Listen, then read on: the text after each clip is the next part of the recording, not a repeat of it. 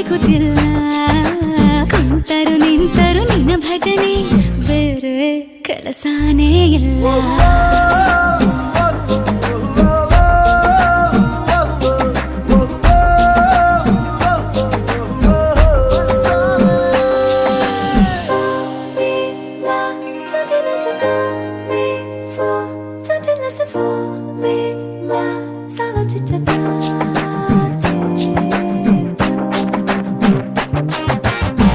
ದಿನರಾತ್ರಿಯು ನಿಲ್ಲದೆ